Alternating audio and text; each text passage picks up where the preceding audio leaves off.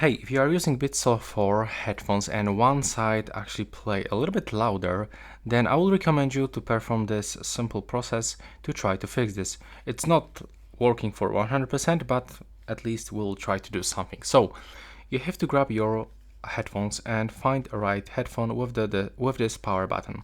We have to click and hold it, and we have to just wait until this indicator first starts blinking white, and after this it will also start blinking red and white, which means that it will actually restore all default settings.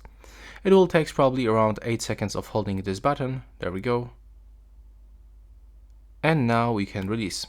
Next it will start blinking white, which means that the headphones are actually activated in the pairing mode, and we can connect these headphones to any other device.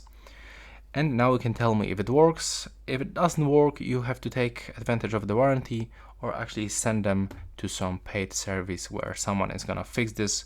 And that's all for this video. Right now, please subscribe to my channel.